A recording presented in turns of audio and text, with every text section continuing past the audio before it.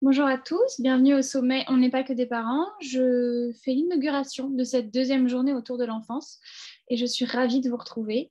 Ça fait un peu bizarre de se retrouver seul face à un écran et d'avoir personne avec qui interagir parce que vous ne pouvez donc pas parler. Mais par contre, vous pouvez m'écrire, vous pouvez me poser vos questions, faire vos remarques, vos suggestions. Bref, n'hésitez surtout pas à interagir et pour ça, il faut utiliser le bouton Q&R, ces deux petites bulles qui sont en dessous. Vous pouvez donc interagir et c'est anonyme, c'est-à-dire que les autres personnes ne voient pas ce que vous écrivez. Donc, je pourrais commenter, je pourrais reprendre vos questions et vos commentaires sans forcément que vous soyez diffusés à tout le monde. Donc aujourd'hui, on va parler des 10 choses que vous ne savez probablement pas sur vos enfants. L'idée, c'est de faire un peu un panorama des petites choses que peut-être que vous ne savez pas, peut-être que vous savez, mais qui vont en tout cas permettre de vous peut-être de vous confirmer certaines choses, de vous apprendre certaines choses. En tout cas, c'est hyper intéressant. Et j'avais pas envie de me cantonner à un seul sujet. J'aime bien la diversité. Donc, c'est parti. Alors, j'ai mis des sujets plus ou moins légers, j'ai alterné. On va commencer juste par une toute petite présentation parce que tout le monde ne me connaît pas. J'ai plein de petites casquettes. La première, donc c'est, vous le savez, je suis fondatrice de ce sommet. C'est la deuxième année qu'il a lieu.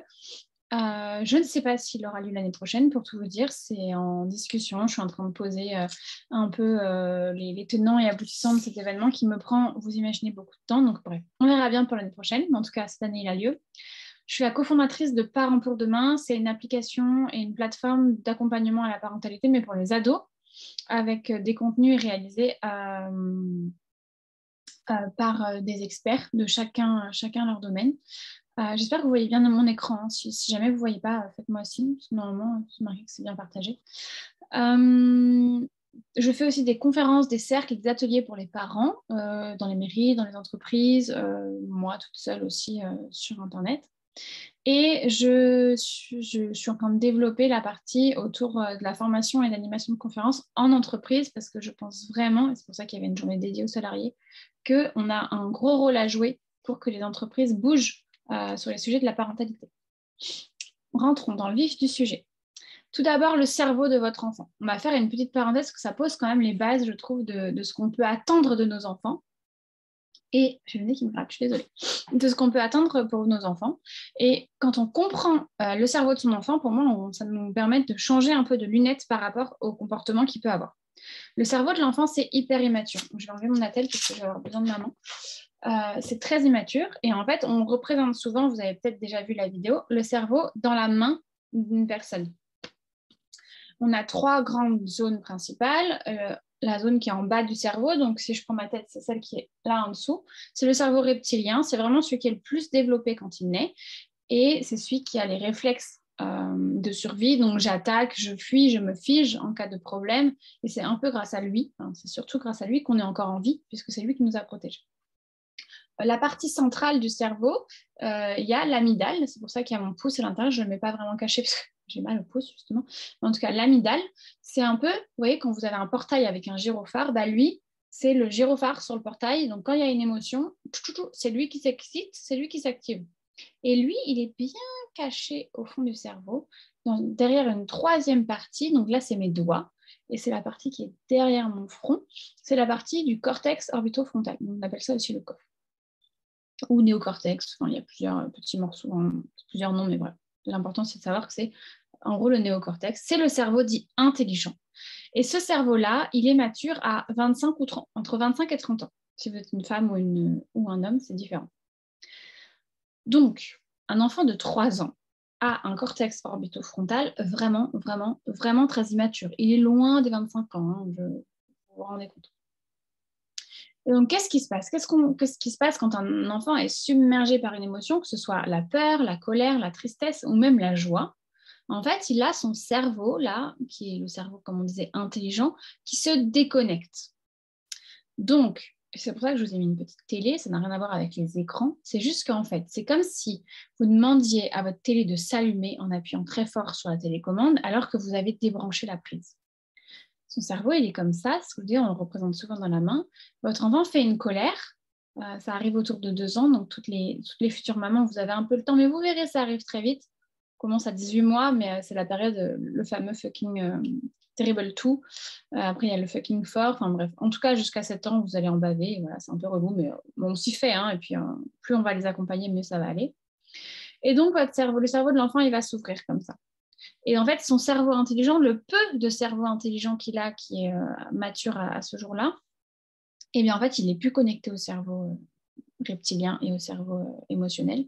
Et donc, qu'est-ce qui se passe? C'est le cerveau reptilien qui parle, et donc vous avez un enfant qui crie, qui tape, qui se jette au sol, qui est complètement, en fait, on peut dire un petit lionceau, qui n'est pas du tout socialisé et qui ne se comporte pas correctement. Mais comme je vous disais, son cerveau est déconnecté, il est dans l'incapacité physique de réguler cette émotion. En gros, son cerveau, c'est un peu comme si vous demandiez à un enfant de 3 mois de marcher, en fait. Il est incapable physiquement de marcher. À 2 ans, un enfant est incapable de réguler son émotion. De se dire, bon, je ne vais pas me mettre en colère, maman m'a refusé le gâteau, donc j'arrête. On reviendra après sur le cadre et les règles, mais en tout cas, au moment T, votre enfant, il est incapable de se réguler. Et comment faire pour qu'il se régule? Eh bien, il lui faut que son cerveau se referme. Pour ça, il lui faut l'hormone de l'amour, de la bienveillance, c'est l'ocytocine. C'est exactement cette hormone qui a permis à votre col de l'utérus, si vous êtes une femme, de s'écarter pour ouvrir, laisser passer le bébé. On a besoin de cette hormone, c'est cette hormone de l'amour, cette hormone que vous avez quand vous faites un câlin à quelqu'un, quand vous partagez des moments agréables, quand vous rigolez, quand vous avez vos enfants dans vos bras. Et par contre, quand vous êtes en colère, quand vous n'êtes pas contente, quand vous êtes un peu stressé, vous avez du cortisol dans votre corps. Quand son cerveau est comme ça, il est rempli de cortisol. Et donc, l'idée, c'est vraiment de lui apporter de l'amour pour qu'il revienne à lui et qu'ensuite, on puisse lui expliquer pourquoi c'est pas OK de faire ça, pourquoi on a dit non à la règle, etc., etc. On y reviendra. En tout cas, il a besoin d'ocytocine. Donc, si vous l'envoyez dans sa chambre, il ne va pas pouvoir faire de l'ocytocine avec ses toutous ni avec ses Legos. Donc, il a besoin de vous. Il a besoin d'une présence physique. Ça ne veut pas forcément dire un câlin, parce que certains enfants ne sont pas d'accord avec le fait de partager un câlin. Mais en tout cas, il a besoin de présence physique. Qu'est-ce qu'on fait? On reste présent avec lui. On propose le câlin. On met évidemment fin aux comportements qui ne sont pas OK, la violence, etc. Mais on n'est pas dans tu dois te calmer, en fait. Il ne peut pas. Il a besoin de vivre son émotion pour après pouvoir se calmer. Et si vous mettez fin avant la fin de la courbe de l'émotion, vraiment, il se met en colère, il n'est pas content, et après ça redescend et ça dure généralement pas très très longtemps. Mais si vous mettez fin avant en disant calme-toi, tu arrêtes, non, non, non, non, bah en fait l'émotion, le stress, il reste là, et en fait la crise d'après, ça va forcément répéter quelques minutes, quelques heures après, et ce sera exponentiel. On accompagne, on reste présent, et on sait que son cerveau est immature, et qu'il ne fait pas de caprice en fait, il ne peut pas faire autrement. L'idée, c'est que plus vous allez l'accompagner, plus vous allez lui expliquer, plus vous allez étayer ses comportements, plus ce sera facile après pour lui de dire « Ok, bon là, je peux peut-être faire autrement. Allez, je me régule et j'avance. » Et vraiment, vraiment, ça marche. On pourra y revenir. Et si vous avez des questions, n'hésitez pas. Je sais pas, je suis en plein écran, donc je ne vois pas vos questions. Bon, il n'y en a pas pour l'instant, donc tout va bien. Je continue donc.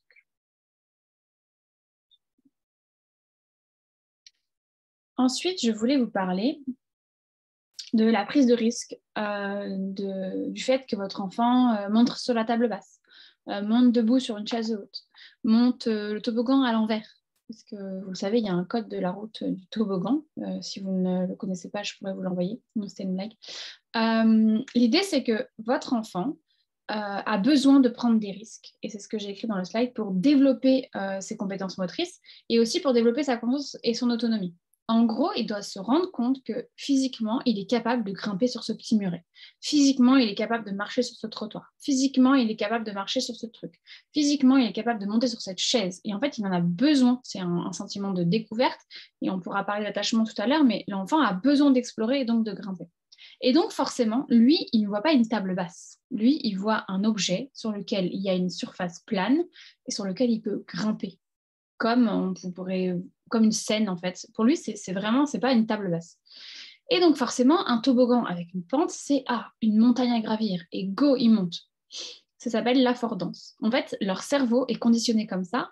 Et si on est trop à dire « Attention, tu vas te faire mal, va doucement, fais ceci, fais cela », la seule chose qu'on fait, c'est qu'on vient saper leur confiance en eux.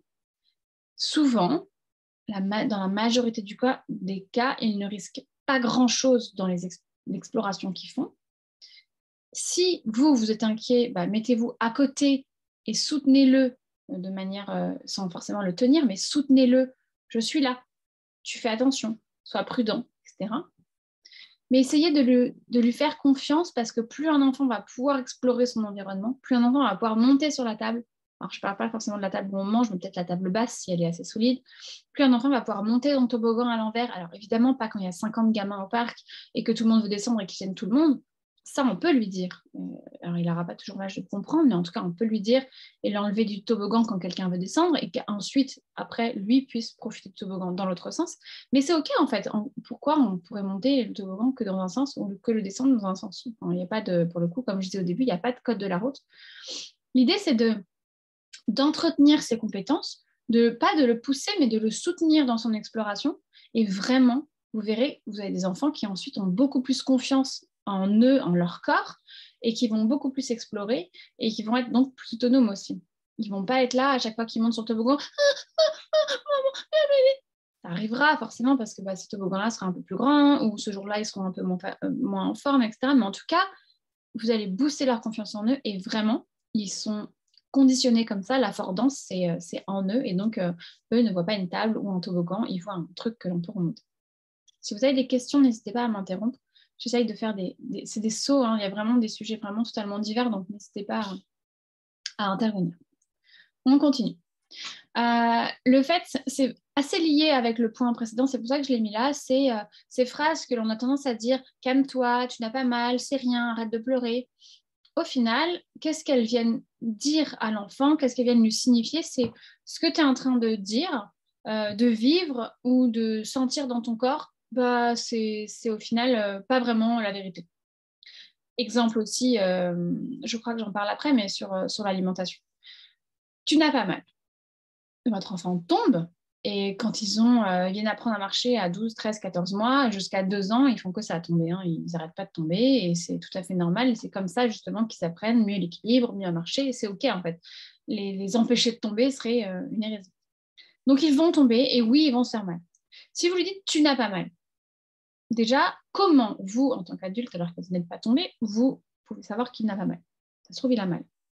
Le fait de dire qu'il a mal ne va pas en faire une chochotte, une mauviette ou une tapette. Pas du tout, pas du tout, pas du tout.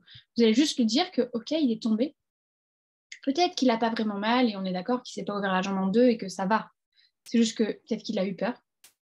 Peut-être qu'il a eu vraiment mal. Peut-être qu'en soulevant son pantalon, vous allez vous rendre compte qu'il y a une petite égratignure. Peut-être qu'il n'y a rien et qu'il a juste quand même mal, en fait. Parce que voilà, il a peut-être eu peur, il a peut-être eu honte de tomber devant tout le monde, etc., etc. En tout cas, le fait de nier l'émotion ou le sentiment de votre enfant, ça va faire exactement comme on disait précédemment. Ça va juste lui faire comprendre que ses besoins, ses envies, ses sensations ne sont pas recevables. L'idée n'est pas d'en faire une montagne. Oh là là, mon pauvre. Non, on n'est pas là. Mais juste entendre, oh, tu t'es fait mal, je suis là, on fait un petit bobo, on fait un petit bisou magique, ça va passer, etc. Et c'est exactement comme le calme-toi, on a vu avec le cerveau, votre enfant, quand il est comme ça et qu'il est ancré, si vous lui dites calme-toi, c'est exactement comme si vous pissiez dans un violon. Son cerveau intelligent n'est pas là.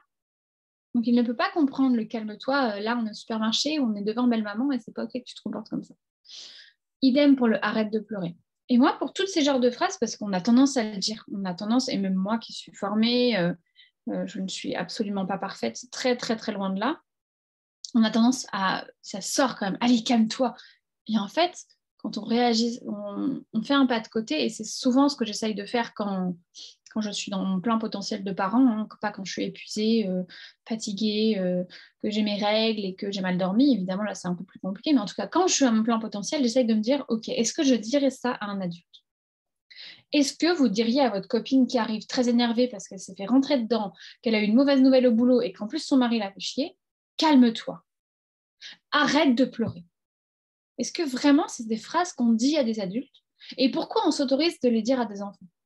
Et j'aime beaucoup faire ce pas de côté parce que ça vous fait relativiser beaucoup, beaucoup, beaucoup de choses que vous dites à vos enfants. Et en fait, on se dit, au fait, non, c'est pas OK ce que je suis en train de vous dire.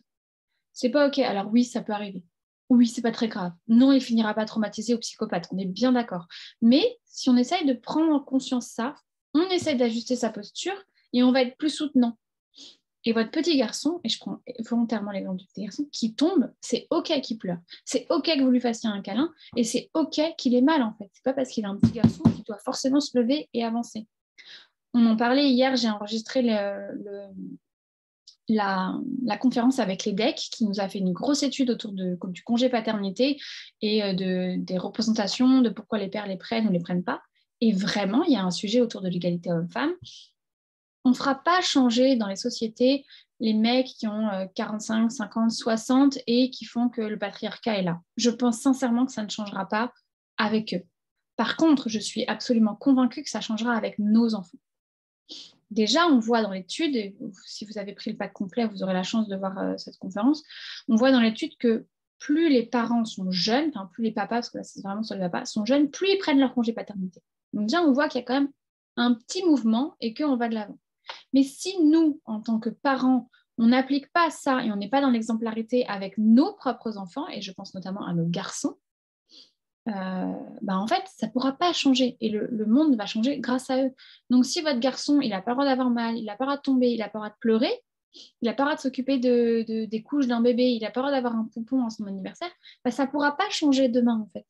Donc, en fait, pour moi, changer le patriarcat, c'est pas que se battre contre ces vieux qui changeront jamais, c'est surtout élever nos enfants différemment. Et que ma fille, elle ait le droit de se rouler dans la boue, de faire du judo et de ne pas avoir mal quand elle tombe, mais aussi mon fils a le droit de pleurer, d'être sensible et d'avoir des émotions. Mon fils de 20 mois, quand il tombe, il ne pleure quasiment jamais, il endure la douleur, c'est difficile aussi. Quelle attitude adopter? Alors, peut-être qu'il est un peu plus dur au mal que d'autres. Hein. Après, je pense que la douleur, enfin, c'est pas je pense, c'est la douleur, elle est quand même assez personnel. Il y a des gens qui sont un peu plus doudouilles que d'autres et c'est OK en fait, il n'y a pas de jugement de valeur derrière ça. Après, c'est soit il est un peu plus robuste que les autres, dans ce cas-là, c'est pas très grave, juste être OK qu'il l'exprime moins parce qu'il le ressent moins et lui dire oh ça va, tu t'es pas fait mal, on est là, etc.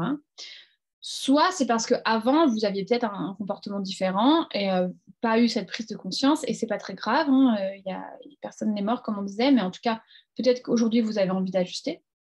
Je sais pas tout le contexte, donc là, pour répondre à la question, c'est un peu compliqué, mais peut-être qu'on lui a dit ne pleure pas. Après, ça dépend aussi où ils sont gardés. La crèche, les nounous peuvent avoir ce genre de comportement, comme les mamies, les tatis, etc. Donc, peut-être que j'aurais, la question est là, c'est pour ça que je tourne ma tête, que j'aurais montré l'exemple avec le fait que ce soit OK de pleurer quand on se fait mal. À 20 mois, il commence sûrement à jouer avec des petits personnages. En tout cas, vous avez peut-être des petits bonhommes de Lego, Playmobil ou des petites poupées. Enfin bref, je ne sais pas trop ce que vous avez à la maison.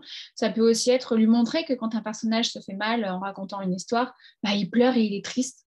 Et c'est OK en fait. Et les autres vont venir s'occuper de lui, lui faire un câlin, répondre à ses besoins, etc. Donc voilà, je l'aurais fait comme ça. Après, je pense que montrer l'exemple et le mimer avec le jeu, ça permettra de faire évoluer son comportement. Le cadre et les limites. Ça fait écho à la partie sur le cerveau. Il est évident que quand mes enfants me demandent un gâteau à 18h15 alors qu'à la maison on mange à 18h40, c'est pas OK.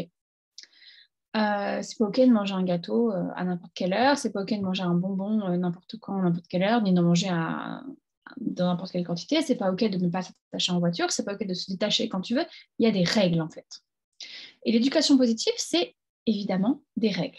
Le problème, c'est que la presse s'amuse grandement, et certains psychologues aussi, à nous dire que l'éducation positive, c'est des enfants rois, c'est des enfants tyrans, c'est des enfants qui font ce qu'ils veulent, et c'est des enfants qui poussent leurs parents au burn-out. Sauf que ça, c'est absolument faux, puisque quand vous lisez vraiment de la documentation autour de l'éducation positive, on peut mettre le nom qu'on veut, bienveillante, respectueuse, bref, on respecte les besoins de tout le monde, et notamment des gens de la famille, et notamment des parents. Et donc, on fixe un cadre pour que tout le monde puisse vivre en harmonie. Après, le cadre, il n'est pas hyper figé. Et le cadre, il est propre à chaque famille. Et le cadre, il évolue aussi en fonction de l'âge. Il y a des règles qui sont par contre hyper figées. S'attacher en voiture, c'est non négociable. Traverser en regardant, c'est non négociable. Bref, il y a plein de petites choses qui sont importantes à avoir en tête. Excusez-moi. Et qui vont permettre à l'enfant de se structurer, de comprendre qu'en fait, il y a des limites et de s'y confronter. En fait, c'est comme ça qu'il va pouvoir avancer, c'est comme ça qu'il va pouvoir se construire.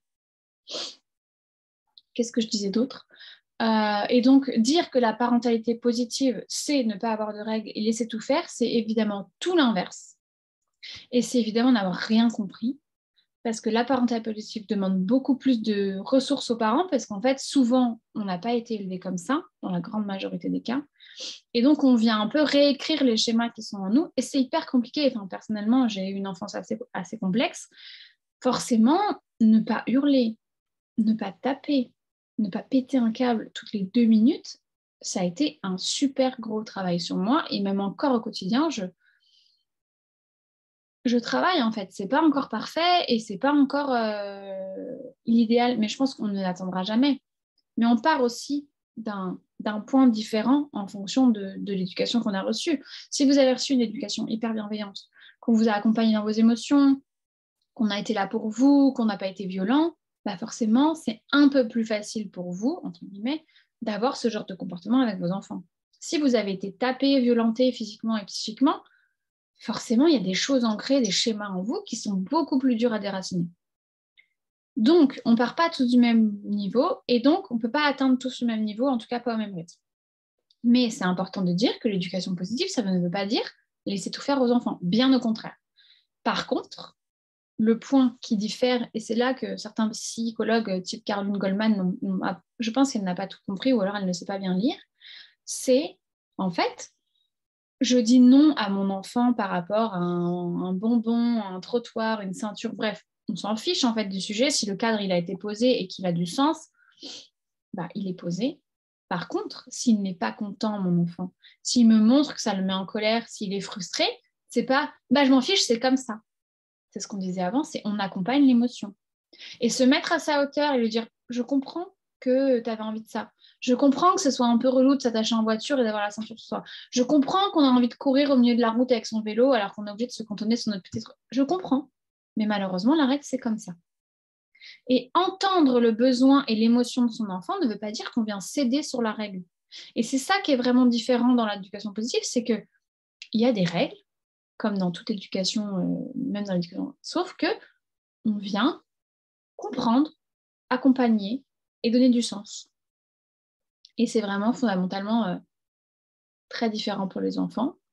Et vous verrez que vos enfants seront à leur plein potentiel d'enfant. Ils vont faire des crises, mais ils vont aussi avoir un sens critique et une jugeote et une affirmation qui sera très différente. Et on ne peut pas demander à un enfant de se soumettre de 0 à 11 ans, 12 ans, 13 ans, d'être un parfait petit bonhomme qui ne dit rien, qui ne laisse pas dépasser quoi que ce soit. Et puis à 12 ans, quand il va arriver dans la cour du collège et qu'on va lui dire tiens, fume pour faire comme les copains, lui demander qui s'y oppose en fait. Il faut aussi que lui, il ait le droit de dire parfois bah non. En fait. Et pour moi, ça va vraiment de pair, c'est respecter le besoin de l'enfant et ses sentiments en fixant quand même des règles. J'ai hâte d'avoir vos questions et vos commentaires sur ce sujet-là. Ça avait tellement parlé dans la presse que je pense que vous allez avoir des choses à dire. J'ai eu une question autour des problématiques du change et le fait que parfois c'est compliqué à certains âges de changer la couche, de passer sur la position allongée. Alors, il n'y a pas de règles toutes faites, il n'y a pas d'études sur ce sujet-là. En tout cas, ce que je peux vous dire grâce à mes lectures, à mes formations, c'est que rapidement, en fonction si votre enfant est en tout cas assez moteur et assez sur les compétences psychomoteurs, on peut passer à la couche culotte parce que vraiment le change, surtout quand il n'y a que du pipi, le change debout peut beaucoup aider. Et la couche culotte aide beaucoup sur ce point-là. Et ça, c'est hyper différent en fonction des enfants. Mon fils, c'était autour de 14 mois, c'est à peu près l'âge à laquelle il a marché. Ma fille, à 9 mois, j'arrivais plus à l'allonger. Elle était hyper moteur, même avant 7-8 mois, Donc, en fait, il faut aussi savoir s'adapter et dire, bon, bah, ok, je change de mon fusil d'épaule, je passe aux couches culottes et j'essaye plusieurs modèles si jamais je ne trouve pas celle qui me va du premier coup. Mais ça peut être la première option. La deuxième option, c'est de se dire que ça arrive parfois par passage. Et c'est souvent le passage autour des grandes acquisitions motrices, le quatre pattes et la marche. Et là, à part prendre votre mal en patience, il n'y a pas grand-chose. C'est juste qu'en fait, la position allongée, malheureusement, quand ils ont fait caca, c'est un peu compliqué de faire autrement. Il ne va pas aimer au moment où il est en train d'apprendre à marcher, au moment où il a envie de marcher. Je pense que je ne sais pas vraiment ce qui se passe dans leur corps, mais il doit y avoir un genre de conflit. On prend son mal en patience, malheureusement, on essaie de trouver des nouveautés, c'est ce que la maman me disait, on essaie de trouver des trucs nouveaux, ou alors on profite de ce moment pour chanter une chanson et on en fait un rituel en fait. Quand on va s'allonger et quand on va changer la couche, hop, on va chanter cette chanson ensemble, et pour qu'il stimule son intellect et puis qu'il puisse peut-être potentiellement chanter la chanson avec vous d'ici quelques semaines. Après, il y a aussi un dernier point pour ce sujet, c'est intégrer l'enfant dans le rituel.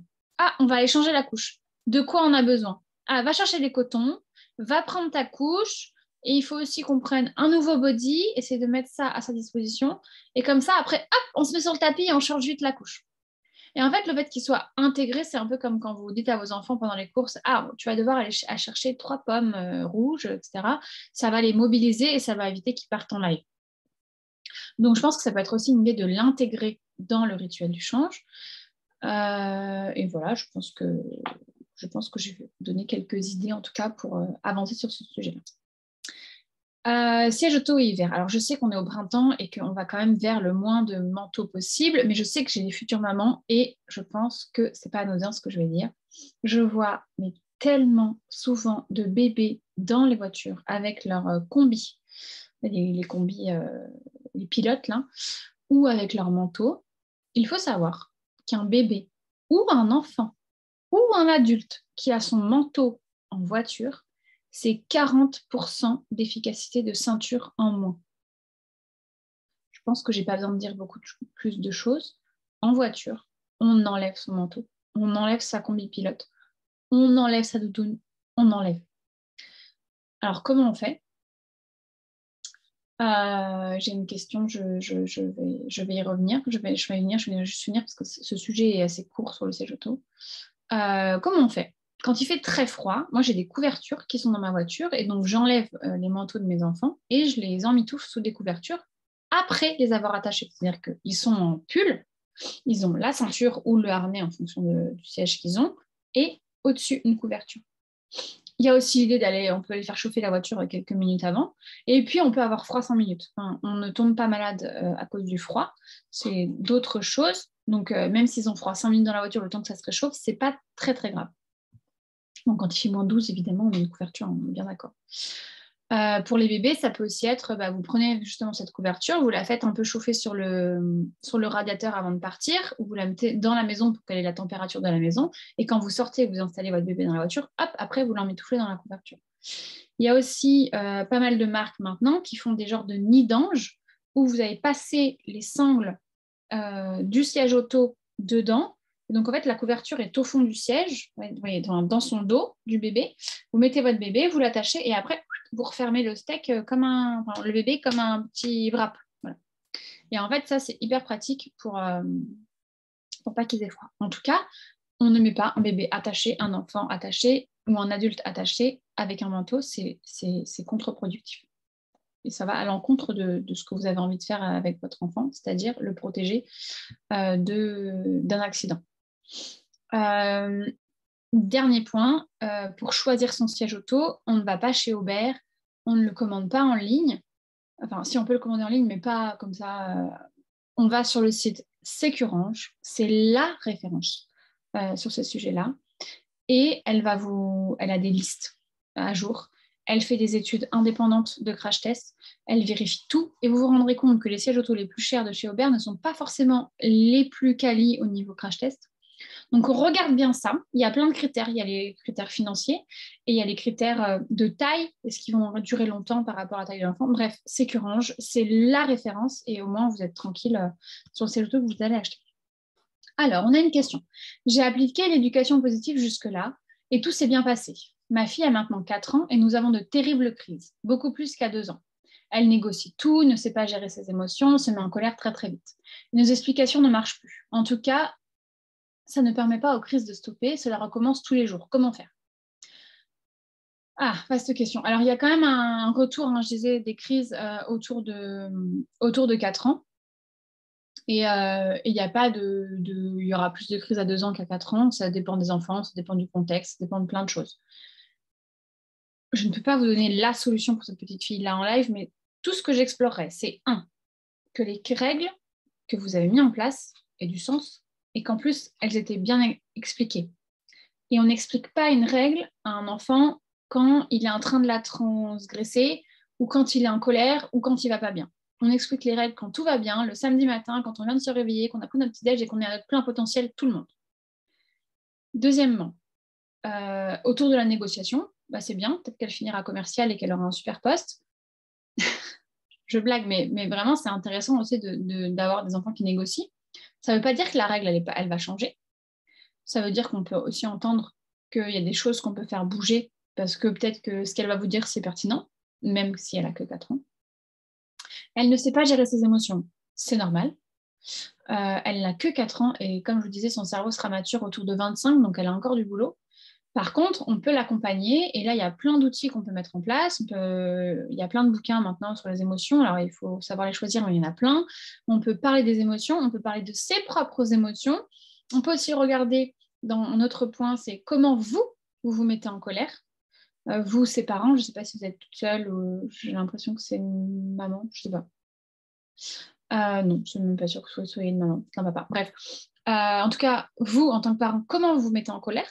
Parce que si quand vous vous mettez en colère, vous vous mettez à hurler, vous n'allez pas vous rouler par terre, j'imagine, mais en tout cas, bah forcément, elle apprend en limitant. Donc peut-être revoir, travailler sur vous pour dire, OK, il faut que je revoie comment je me mets moi en colère pour que elle, demain, quand elle va se mettre en colère, bah, elle prenne exemple et qu'elle se mette en colère différemment. Les crises peuvent être très longues. Après, une colère, c'est souvent un besoin qui est non assouvi parce que la colère, c'est une émotion écran. Donc peut-être que derrière, il y a des choses qui ne vont pas. Je ne sais pas, à la maison, elle ressent des choses.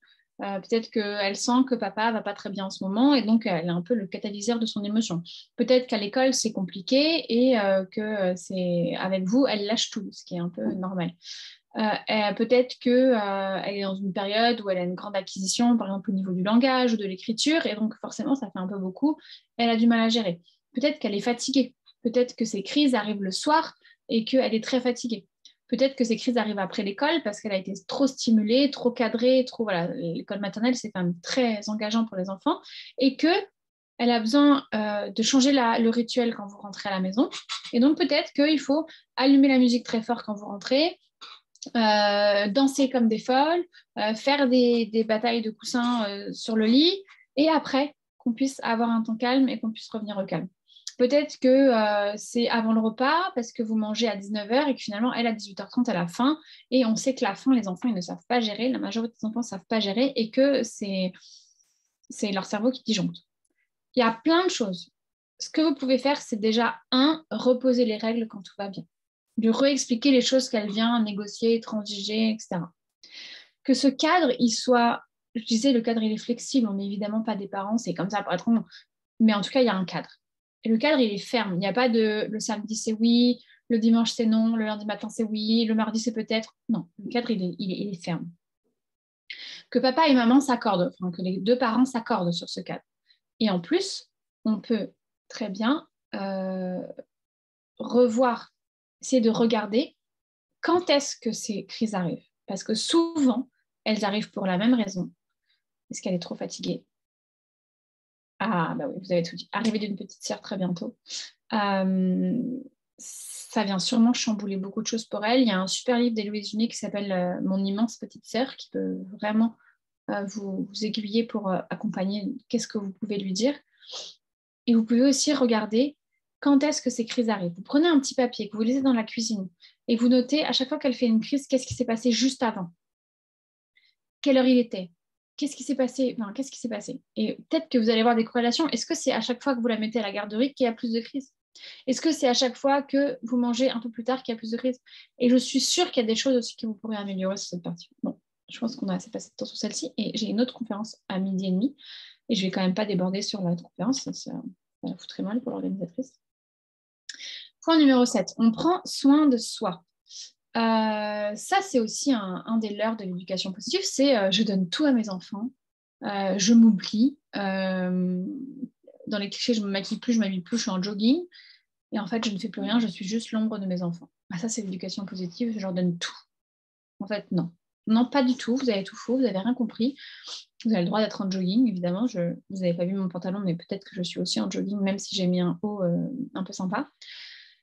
L'éducation positive, c'est montrer l'exemple, c'est être respectueux et bienveillant avec toute la famille. Si votre délire, c'est de vous occuper pleinement de vos enfants, et que vous n'avez pas nécessairement besoin de sortir avec vos copines, d'aller en boîte, de faire des week-ends avec votre mari, well done, go, allez-y, enfin, faites ce que vous voulez. Par contre, si votre curseur, c'est d'avoir une soirée de temps en temps avec votre mari, c'est de sortir une fois par semaine avec vos copines, c'est de prendre du temps pour vous, c'est d'aller au sport, ben faites-le. Faites-le parce que vous en avez besoin. Et ça, c'est vraiment la théorie de l'attachement, c'est on a une balance, tous en nous, celles qui me connaissent vont dire « Ah, elle va encore nous parler de sa balance », mais c'est vrai. Je vais prendre un peu d'eau avant de parler. On a tous en nous une balance. Donc là, je parle des adultes. Les enfants, on en a une aussi, mais on y reviendra peut-être un autre jour. Qui s'appelle le système d'attachement. On est activé dans notre quotidien par des problèmes au boulot, des emmerdes avec notre mari, le Covid, la guerre en Ukraine, l'inflation, le chômage. Bref, je peux monter très haut comme ça. On est activé. Notre système d'attachement, c'est biologique, il s'active. Voilà, ça va pas. On est en stress, on est en colère. Oh, je suis fatiguée. Et en plus, j'ai faim. Ça va pas. En face, on a le système de caregiving. Donc, c'est le fait de prendre soin de l'autre. Si je suis activée, oui, c'est ma balance, là, tout en bas, je ne peux pas prendre soin de l'autre. Donc, j'ai besoin de faire redescendre mon système d'attachement, de l'éteindre pour que mon caregiving remonte. On est sur une balance, hein, vous imaginez vraiment la balance de la justice. Donc, je vais devoir aller faire du sport. Prendre le temps de me concentrer sur ce boulot parce que peut-être que ça ne va pas, il faut que je change. Je prends du temps. Passer un week-end avec mon mari parce que là, ça va pas trop, il faut qu'on discute, il faut qu'on se retrouve tous les deux, on en a besoin. Hop, je prends du temps. Faire 10 minutes de balade en forêt avant de récupérer mes enfants parce qu'il faut que je souffle, mon boulot il est assez stressant. Et je sors du boulot, je vais chercher les enfants tout de suite, c'est dur.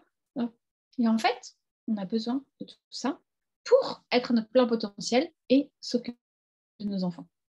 Si je m'oublie, je ne peux pas prendre correctement soin de ces enfants. Alors évidemment, dans les premières semaines, dans les premiers mois, votre enfant, il est dépendant, très, très, très dépendant. Il a des très, très, très gros besoins. Donc forcément, il y a une période où on s'oublie un peu. Mais j'ai envie de dire souvent, dans la majorité des cas, c'est OK pour nous d'être en fusion. C'est un peu le 4e trimestre. Votre bébé, il a été 9 mois dans votre ventre, donc c'est OK de l'envelopper et d'avoir envie d'être qu'avec lui. C'est aussi OK de vouloir faire autre chose, mais c'est OK en tout cas. Et puis petit à petit, chacun à son rythme, chacun avec son curseur, vous allez avoir envie de sortir, de profiter, d'avoir du temps pour vous, de prendre votre douche tranquille, de sortir avec votre mari, de partir, de laisser vos enfants une soirée, etc. etc. Et bien faites-le. Parce que quand vous allez rentrer, vous allez être tellement bien que vos enfants vont le ressentir. J'espère que j'ai été claire sur cette théorie de l'attachement. C'est ma passion, donc je pourrais en parler 5 heures, mais je vois l'heure qui avance. Et j'espère que j'aurai d'autres questions, donc je vais avancer. Les violences éducatives et le time-out. Alors, j'en ai un petit peu parlé tout à l'heure par rapport au cerveau de l'enfant, mais je vais vraiment faire un focus. Les violences éducatives, c'est physique ou verbal. Donc, par exemple, frapper son enfant, le mettre au coin, lui hurler dessus, l'enfermer dans sa chambre, ne pas lui répondre quand il vous appelle la nuit. Tout ça, c'est des violences éducatives. Il n'est plus à prouver que... Voilà, le sujet m'atteint un petit peu, vous voyez. Il n'est plus à prouver que les violences éducatives ont un impact sur le développement des enfants.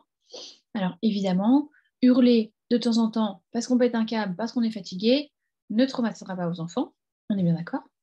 Mais hurler tous les jours, les frapper, les enfermer dans nos chambres, il y a fort à parier que ça va les traumatiser, parce que trauma ne veut pas dire forcément des trucs abominables de maltraitance enfermé dans une cave, ça peut aussi dire être violenté psychologiquement tous les jours. Et le time-out en fait partie. enfermer un enfant dans sa chambre pour qu'il se calme, comme on disait tout à l'heure, c'est quand on connaît le développement de l'enfant et quand on connaît ce qui se passe au niveau des hormones, c'est comme si vous demandiez à un chat de rester enfermé dans la maison alors que la baie vitrée est ouverte. Forcément, il va avoir envie de sortir, en fait, le garçon.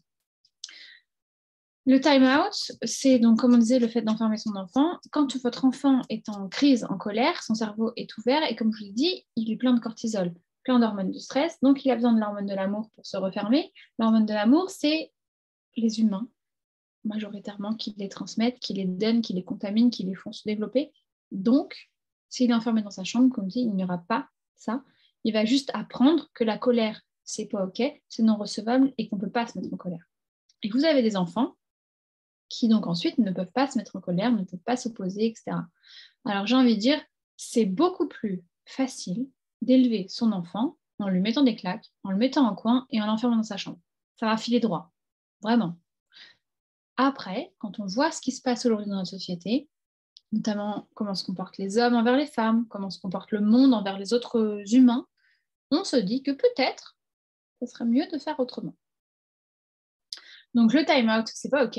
Après, il vaut mieux enfermer un enfant dans sa chambre plutôt que de le jeter contre un mur. Ça, j'ai déjà dit dans notre conférence. Évidemment, si on peut éviter de faire les deux, c'est mieux. Mais en tout cas, si nous, on n'en peut plus, on peut nous s'extraire. OK, là, ce que tu fais, c'est pas OK. Maman, elle est très énervée et j'arriverai pas à garder mon calme et à t'accompagner dans ta colère. Donc, je m'en vais, en fait. Je vais dans ma chambre, je vais dans les toilettes, je m'enferme 5 minutes, je crie un bon coup et je reviens. Ou alors j'appelle une voisine, ou alors j'appelle un ami, ou alors j'appelle le papa, ou alors j'appelle le coparent, ou la grand-mère pour souffler à 1 heure. J'ai peut-être moi besoin de prendre soin de moi parce que ma balance, en fait, là, elle est trop chargée. Donc, c'est hyper important d'avoir un peu à l'esprit quand même que nos actes en tant que parents ont des conséquences, mais qu'il faut aussi se lâcher la grappe, qu'on n'est pas parfait, et que crier un coup de temps en temps, c'est pas très, très grave. Je ne sais pas si vous avez des questions sur ces sujets autour voilà, de l'éducation positive, des violences éducatives, du time-out. Le coussin de réflexion, ah oui, ça, en fait, souvent, alors, coussin de la réflexion ou le coin calme, ça peut être une zone dans la pièce à vivre, donc c'est important que ce soit dans la pièce à vivre, qui est en fait la zone de retour au calme. Donc, il va y avoir un coussin, il va y avoir potentiellement un sablier pour qu'on note le temps qu'on y passe. Le docteur Anne Reynaud recommande même la chaise de retour au calme. Alors, ce n'est pas une alternative au coin, c'est vraiment un lieu où on est accompagné pour son parent pour redescendre, en fait. Et tout autour est fait pour redescendre. Donc, ça peut être des choses un peu zen, vous voyez des choses qui tombent pour que l'enfant se concentre dessus. Et oui, en fait, si les colères sont compliquées à gérer, il peut y avoir ce genre de choses. C'est pas obligatoire. Moi, pour le coup, j'ai pas fait ça à la maison. Et ça va peut-être marcher avec votre enfant et pas avec celle de votre voisine. Donc, il faut s'adapter, proposer, faire des ajustements. Mais c'est une bonne idée. C'est une bonne idée. Mais je ne sais pas si ça marchera avec votre enfant. Enfin, je ne peux pas savoir. Alors, comme je disais, on va faire une conférence, celle qui aurait dû avoir lieu hier avec Laurence. Donc, elle aura lieu aujourd'hui à 15h et on va parler des besoins des enfants. On a un petit peu parlé hier avec Flavia, c'était hyper intéressant. Donc Flavia, elle est doula. Et c'est un peu pour revenir sur les pleurs des nouveau-nés, sur leur besoin de pleurer et sur l'impact de les prendre au bras. Un enfant, ça pleure, un nourrisson, ça pleure, et il a besoin de pleurer. Dans les larmes de nourrisson, il y a différents pleurs, mais on n'est pas obligé d'être un expert du pleur pour comprendre. Il y a des pleurs qui font sortir du cortisol, donc l'hormone du stress. Et donc l'enfant, il a vraiment besoin que ça sorte. Et si on est là à vouloir le faire taire, que ce soit en mettant son sein dans la bouche, ou en mettant une tétine, ou en le nourrissant, en mettant un biberon, bref, que sais-je, en fait, on vient lui dire, bah pareil, c'est un peu ton émotion qui n'est pas OK. Alors, je le conçois, c'est hyper, hyper dur d'avoir un bébé qui pleure, surtout quand ça dure plusieurs minutes, plusieurs heures. Quand on a écarté les points médicaux, parce qu'un enfant qui pleure, ça peut aussi vouloir dire qu'il a mal, pas que, mais ça peut. Donc on vérifie qu'il n'y a pas d'otite, ça peut être les dents, ça peut être mal au ventre. Je vous invite vraiment, vraiment, vraiment à aller voir votre ostéo plusieurs fois dans les premiers mois de votre enfant parce qu'il peut y avoir plein de petits de petites tensions, de petites choses qui ne se sont pas très bien mises pendant l'accouchement. Et donc, l'ostéo va vraiment vous aider sur cette partie-là. Donc, on n'hésite pas à aller voir son ostéopathe. Il y aura une conférence cet après-midi sur l'ostéopathie, vraiment intéressante. Ça ne pleure pas pour rien, bébé. Et s'il pleure, c'est qu'il y a quelque chose. Alors, soit il y a une cause physique, c'est pour ça que c'est intéressant de se faire accompagner par des professionnels type pédiatre et ostéopathe, soit c'est une cause émotionnelle et il en a besoin. Donc, vouloir le faire taire, c'est un peu comme tout à l'heure, c'est reculer pour mieux sauter, parce qu'en fait, ce qui ne sort pas là sortira un peu plus tard, donc vaut mieux que ça sorte. Il a besoin de votre contact. Un bébé, ça a besoin de contenance, ça a besoin d'être enlacé, ça a besoin d'être près de sa maman, de son papa, ça a besoin de ça en fait. Et donc le prendre dans vos bras ne lui donnera pas de mauvaises habitudes, bien au contraire, ça va le sécuriser. Et un enfant sécurisé, il a une balance, votre enfant hein, aussi, comme vous.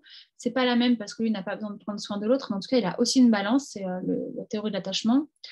J'en parle pas là aujourd'hui parce que je pourrais en parler 5 heures, mais en tout cas, plus vous allez sécuriser un enfant, plus votre enfant va devenir autonome à terme. Donc oui, forcément, à 3 mois, il ne va pas aller se faire un steak frites tout seul, mais sécuriser son enfant, le materner, lui apporter des réponses cohérentes à ses besoins, entendre ses émotions, ça ne va pas en faire un enfant dépendant qui aura des problèmes, ça va plutôt rendre l'enfant plus autonome que les autres encore. Donc go, prenez-le au bras, écoutez-vous. Si vous voulez faire du cododo ou du co-sleeping, faites-le. Bref, faites-vous confiance. Vous savez ce qu'il faut faire et on évite, tant bien faire que peu, d'écouter les commentaires de l'entourage qui ne sont pas forcément très cool, mais en tout cas, malheureusement, qui sont là. Beaucoup de gens œuvrent pour éviter qu'il y ait ces commentaires. On en parlera à la fin de cette conférence, mais en tout cas, on s'écoute, on se fait confiance et souvent, vous avez la bonne solution au fond de vous. On fait aussi attention aux professionnels au sens large. Hein. Je parle des gens comme moi, comme des pédiatres, parce que tout le monde n'est pas formé sur tous les sujets. Moi, je parle des sujets dont je suis formée. Je ne suis pas pédiatre. Je ne sais pas trouver si un enfant a une otite. Et un pédiatre n'est pas formé à l'allaitement et n'est pas forcément formé en neurosciences. Donc, voilà, faut faire aussi attention. C'est pas parce qu'on est médecin qu'on sait tout. Et c'est pas parce qu'on est accompagnant qu'on sait tout sur le cerveau. Petite parenthèse terminée. Oui, alors le dernier point, c'était sur les repas. Ouais, c'est bien ce que je me notais, j'avais un doute pendant la conférence. Les repas, ça peut souvent être l'enfer pour les parents parce qu'il ne veut pas goûter, parce qu'il ne veut pas manger de verre, parce qu'il ne veut pas de légumes, parce que machin, parce que truc. Ouais. Alors déjà, je trouve que on ne peut pas se battre sur tous les tableaux et que parfois lâcher un peu la grappe à son enfant. Ok, tu vas manger, bah, c'est pas grave, tu mangeras mieux demain. C'est pas parce qu'il va manger pendant X semaines, X mois, un peu moins de légumes, un peu moins de fruits qu'il va tomber malade, en fait. Voilà, il faut aussi, si la pression autour du repas, parce que vous arrivez, vous savez qu'il va manger, vous êtes tendu, c'est trop lourd pour lui. Donc, on se lâche un peu la grappe. Il y a toujours, la majorité des enfants passent par des périodes de néophobie alimentaire et donc ils ne vont pas aimer le verre, ils ne vont pas vouloir de légumes. Le verre dans le cerveau, c'est un peu connoté poison, donc c'est pas OK. Laissez couler, laissez couler, laissez couler. Plus vous allez vous acharner avec le fait qu'il goûte, plus vous allez le braquer, mettre une émotion négative derrière le repas et ça peut amener à des mangeurs ultra sélectifs, comme on disait, quand ils seront plus grands. On peut aussi apporter un peu de souplesse dans le repas. Ça peut être essayer de travailler le design de l'assiette. Le design, un bien grand mot, mais faire en sorte que ça soit un peu rigolo, qu'il y ait des jolies couleurs, que ce soit un peu sympa au niveau gustatif. Bref, essayer de manger comme eux. Moi, je sais que mes enfants n'ont franchement pas mangé différemment que nous, à part dans les 2-3 premières semaines de diversification. Après, ils ont tout de suite mangé comme nous, donc j'ai enlevé le sel de nos repas et ils ont mangé exactement comme nous, une fois qu'ils avaient tout introduit au niveau allergène. Et c'est beaucoup plus simple que de faire des trucs spécifiques. Ils voient que vous ne mangez pas comme eux. Plus vous allez être ensemble aussi lors du repas. Une maman qui m'a partagé il n'y a pas très longtemps que suite à mon conseil sur le fait d'essayer de manger avec son enfant le soir, bah alors, son enfant il mange, alors qu'avant c'était la guerre. Donc parfois, c'est des trucs tout bêtes auxquels on ne pense pas forcément, mais manger avec eux de temps en temps, manger comme eux, ça va sûrement les inciter. Et on ne force pas un enfant à finir son assiette. On a un enfant, je crois que c'est sur 3, mais dis peut-être une bêtise, mais je suis quasiment sûre que c'est 1 sur 3. Un enfant sur 3 ou une personne sur 3 qui est en surpoids aujourd'hui. Pourquoi? Pour diverses raisons que voilà, vous connaissez, mais aussi parce qu'en fait, ce sentiment de satiété, donc le fait que je n'ai plus faim, si toute sa vie vous lui avez dit non, tu finis ton assiette, ben en fait, son cerveau lui envoie l'information qu'il a plus faim, et vous lui dites non, mange encore, t'as encore faim. Ok, bon bah son sentiment de satiété va entre guillemets s'éteindre et il va finir son assiette. Ce qu'on a de finir son assiette, c'est pas un acte de politesse, c'est plutôt je vais me remplir l'estomac et je vais manger trop. Alors évidemment, s'il a mangé 2 cuillères, que je sais que par exemple, il y a cette règle, on ne force pas un enfant à finir son assiette. Je suis totalement d'accord avec ça et je n'ai jamais forcé mes enfants à finir leur assiette. Sauf, il y a eu une période où mon fils avait beaucoup envie de jouer. On a la règle qu'il n'y a pas de jouets à table chez nous, c'est notre règle. Et en fait, il y a eu un moment où il était tellement passionné de jeu, il voulait écrire, il voulait dessiner, etc., qu'il se dépêchait de manger, souvent pas grand-chose, et il arrivait, on allait ensuite faire le rituel du coucher, on arrivait au lit, et donc il était 20h30, et là il me disait « Maman, j'ai faim ». 1 fois, 2 fois, 3 fois. Alors je suis très patiente, hein, mais en fait non. Donc, allez, ok, bah, tu vas manger une banane, ok, tu vas manger. En fait, c'est hyper relou. Moi, j'ai pas que ça à faire quand j'essaie de les coucher. Enfin, on va au lit, c'est l'heure d'aller au dodo. Donc, je lui ai expliqué ce qui se passait, que parce qu'il ne mangeait pas à table, il avait faim 1 heure après, et que ça, c'était pas ok par contre. Donc, au repas suivant, je lui ai dit, pas finis ton assiette, mais Noan, tu es sûr que tu n'as plus faim? Tu es sûr que tu ne vas pas me demander à manger? Parce qu'il n'y aura plus à manger après. Vous voyez, j'ai pas nié son sentiment de satiété, j'ai pas nié le fait qu'après il avait faim, mais par contre, je l'ai mis face à ce qu'il était en train de faire et que c'était pas ok en fait de manger à 20h30 dans son lit. Enfin, ça peut arriver 1 fois de manière exceptionnelle, mais c'est pas ok. Donc, il faut aussi ajuster. Et par exemple, il y a l'autre phrase sur le slide, c'est commencer par le dessert. Mes enfants, globalement, parce que évidemment la petite sœur fait pareil, ont tendance à, de temps en temps, régulièrement même, manger le dessert et le repas en même temps. Voire manger le dessert avant. Ça arrivait plus quand il était plus petit, ça commence à s'estomper, mais en tout cas, Noan, c'est beaucoup arrivé quand il était petit. Dans l'idée, je ne suis pas forcément d'accord. Il va manger son yaourt, donc il ne va pas manger du tout après.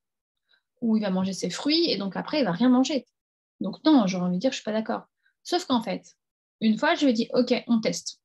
Mange ton yaourt. Par contre, après, tu manges. Parce qu'on ne peut pas se nourrir de yaourt. Donc il faut que tu manges tes pâtes avec tes blettes, parce qu'en fait, c'est ça qui est plus important dans ton repas. Et il l'a mangé. Et il ne s'est pas forcé. Et en fait, 1 fois, 2 fois, 3 fois, je l'ai sensibilisé au truc, mais que si je te fais confiance et que je suis OK à te donner ton yaourt avant, ou en même temps, que tu alternes une cuillère et une autre, par contre, je te fais confiance sur le fait que ton repas, sans te forcer, sans finir ton assiette, tu en manges. Et c'est aussi ça les responsabiliser, c'est aussi ça l'éducation bienveillante, c'est se dire, il faut leur montrer l'impact de leurs actes.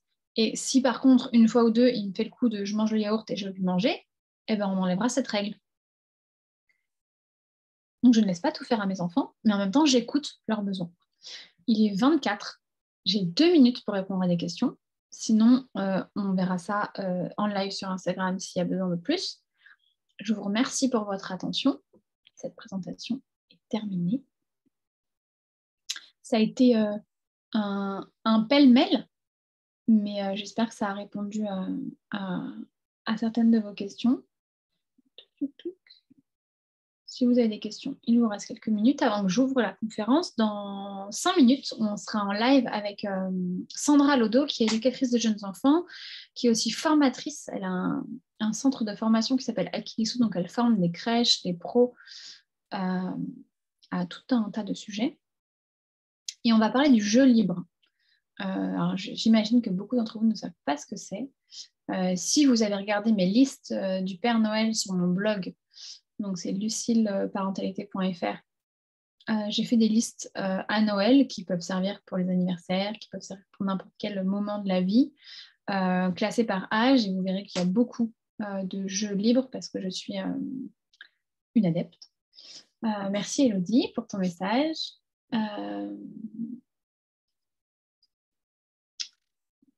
ça a du bon d'avoir la grippe. Hein.